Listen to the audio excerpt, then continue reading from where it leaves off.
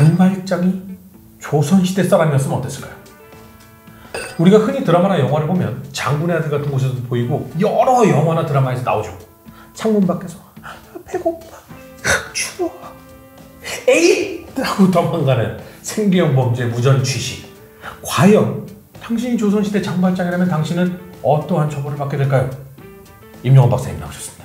안녕하십니까.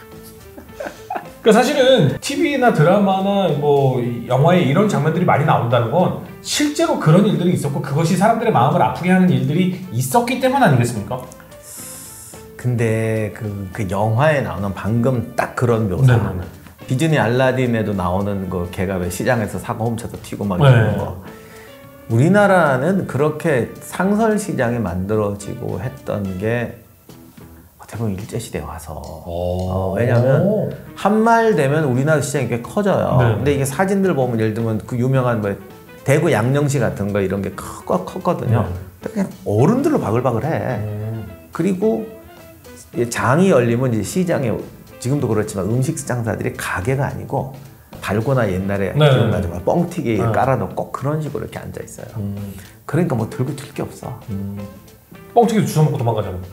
뻥튀기도 없었고 대체로 냄비 같은 데다 끓여서 주는 스타일이었어. 냄비를 들고 뛸 수는 직접 줘, 건네줘. 돈 받고 건네줘. 그러니까 간단히 말하면 화로 하나 놓고 라면은 없었지만 지금 가면 냄비에다가 라면 끓여서 즉석에서 주는 그런 구조로 생각하시면 돼요. 좌판에 뭐 땅콩, 과일 이렇게 놓고 하는 건 상당히 근대화된 다음이죠.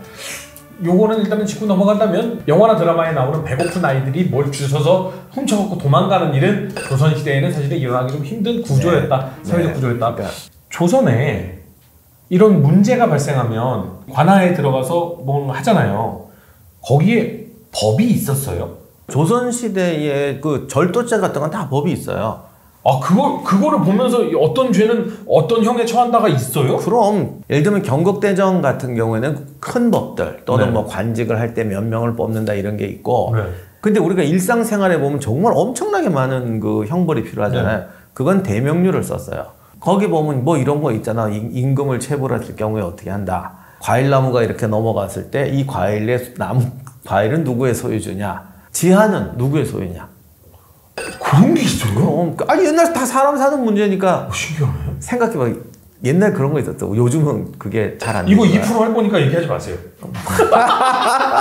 제가 왜 이 2%를 했냐면 장발장 예를 들었잖아요. 그게 사실 그 정도로 산업화되고 성공한 국가임에도 불구하고 이 작은 벌이 크게 되는 유전무죄, 무전유죄에 대한 약간 그런 느낌이 있어서 근데 그거는 오히려 장발장 얘기 같은 경우는 장발장이 빵 한 조각 훔쳐 뭐 죄로 뭐 이렇게 뭐 10년을 살았나 뭐 사는 거는 사실은 역사적 배경이 있는데 당시 프랑스 사회 같은 경우에 그 중세 때부터 사법기구가 따로 발달을 해요. 그러니까 원래 왜 영주재판권이라고 그랬잖아요. 그러다가 국왕재판소라는 게 생기고 또 교회재판소가 있죠. 그럼 뭐 어느 재판소 가서 받아요? 그게 서로 견제를 하는 거야. 그러니까 어떻게 보면 사법기구 과잉이 되고 흔히 프랑스 혁명 날 때는 이미 법복 귀족이라고 할 정도로 부르조아들이 도시에 가서 공부해서 주로 사법계로 많이 나갑니다. 이러다 보니까 완전히 사법기구 과잉이 되는 거야.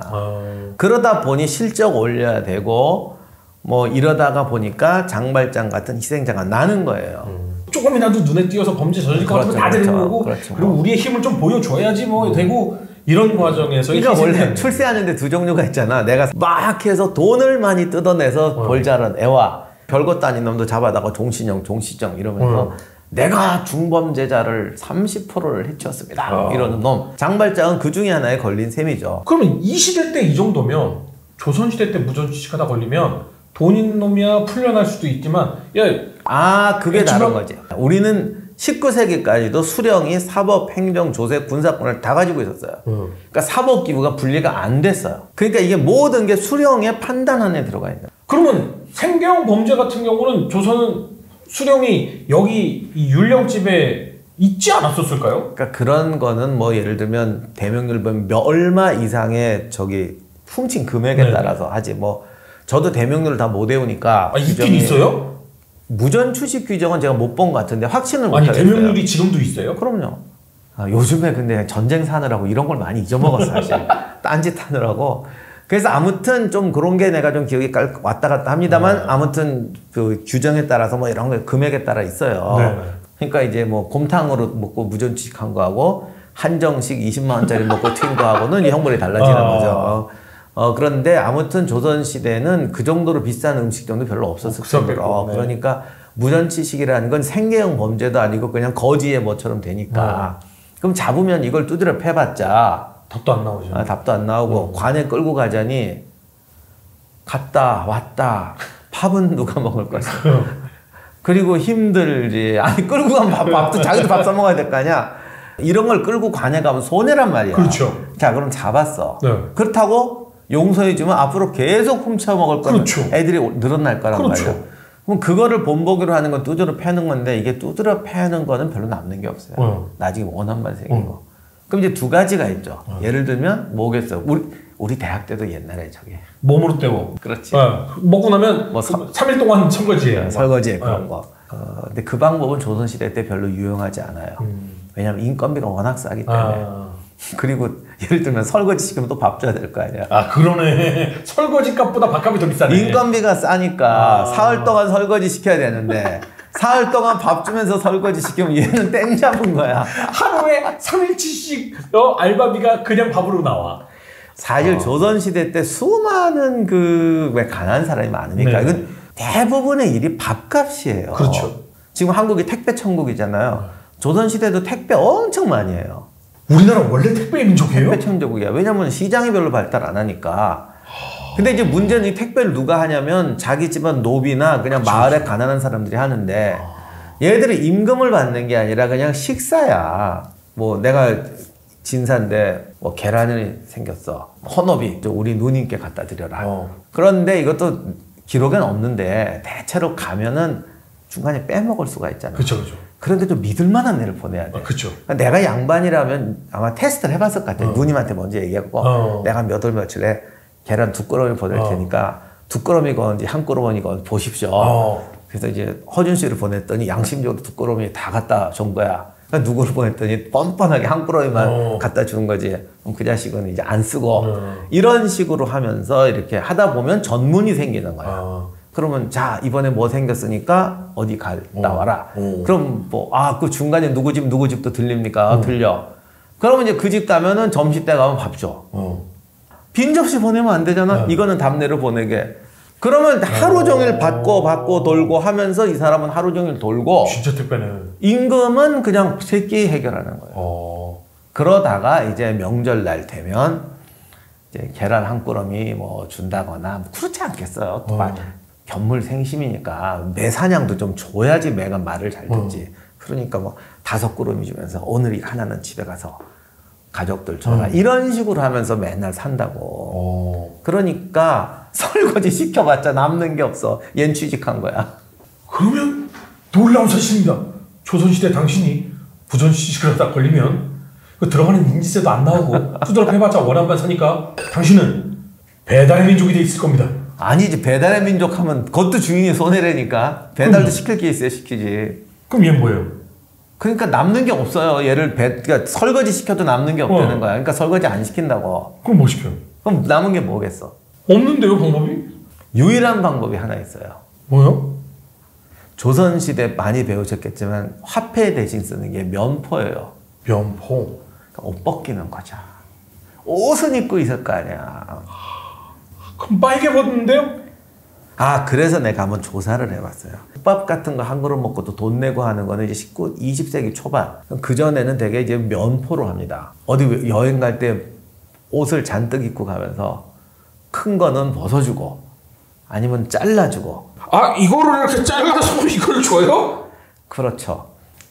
그러니까 그냥 옷을 벗기면 이제 과잉이 되는 거죠. 과잉이지. 그럼 이제 소매 하나 뜯느냐. 내가 처음으로 한번 해봤어. 가만 생각해보니까 밥 한 끼 값이 면포 얼마일까? 조선시대 법정 면포를 오승포라고 그러는데 이게 한 필에 쌀 2마리라는 기록도 있고 쌀 4마리라는 기록도 있어요. 보통 사람들이 특히 가난뱅이들이 입는 거는 좀 저질이었다고 봐서 제가 쌀 2말로 낮춰 잡았어요. 그러면 한 필이 쌀 2마리라고 했을 때 네.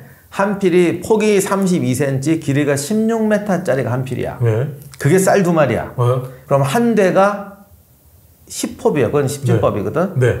근데 옛날 사람들은 밥을 좀 많이 많이 먹죠. 먹죠. 조선시대 식탁에 초대를 받았더라면 수십만 조회수를 기록한 허준의 명작. 그래서 또 반찬값, 인건비 이런 거 다 뭐 원가 쪽 한 3홉 정도 넣었어요. 밥 한 그릇 3홉으로 잡으면 100분의 1말이 되잖아요. 100분의 1말. 네. 32cm와 16m를 10분의 1로 축소하면 0.32cm로 16cm. 요게 밥 한 그릇 값이 되는 거야. 되게 원가로. 야, 요만큼 요거. 엄청 짧네. 그러면 요 주머니 하나 뜯은 그거밖에 안 돼요? 5.12 평방센티미터. 그러니까 다시 말하면 가로 5cm, 세로 5cm 이거밖에 안 되는데요? 너무 적은 거 아니에요? 고기 반찬 먹었으면 이거 하나 뜯어야 될 거. 그냥 밥에 국만 말아 먹었으면 요 주머니 하나도 아닌데 요만큼 뜯으면 한 끼 되겠습니다. 당신이 만약 조선시대에 장발장처럼 무전취식, 생계형 범죄로 밥 한 그릇을 그냥 먹고 도망치다 그러면 잡혔다면 잡아서 요만큼 자르면 되겠네요. 주머니를 뜯어서 주거나 팁 포함입니다. 이거 뜯으면 좀 많아. 팁 포함. 팁 포함해도 죄송합니다. 팁 포함. 요 정도 자르면 되겠다. 요 정도. 소매 밑단 정도. 밑단 잘라. 소매 밑단 정도 잘라주면 됩니다. 굉장히 간단한데? 그렇잖아요. 와, 정말 쌌다. 아무튼 너무 재밌다. 어쨌든 우리 오늘 저희가 알 수 있는 게 2가지 있었죠. 첫 번째, 조선시대부터 쿠팡은 존재했다. 우린 그때부터 배달의 민족이었다. 2번째, 조선시대 때 무선 취식을 하면 내가 장발장이라면 소매 좀 뜯어주거나 주머니 좀 뜯어서 주면 충분히 계산이 될 법했다. 물론 여기서 수치를 구체화시켜서 얘기하지 마세요. 그냥 옷으로 거래가 충분히 가능하던 시절이기 때문에 옷을 입고 있었다면 충분히 이걸로 계산이 가능했고, 그리고 옷을 입고 있으면 주막 주인도 돈은 어쨌든 받을 수 있겠네가 될 수 있었다는 거죠. 아예 맨몸으로 들어오면 안 받겠지. 저놈이 아주 저놈은 안 돼. 작정했구나. 너무 재밌다. 난 조선시대 계속 하고 싶다. 너무 재밌다. 근데 임양호 선생님 오늘도 너무 재밌고 즐거운 지식이었습니다. 고맙습니다. 고맙습니다.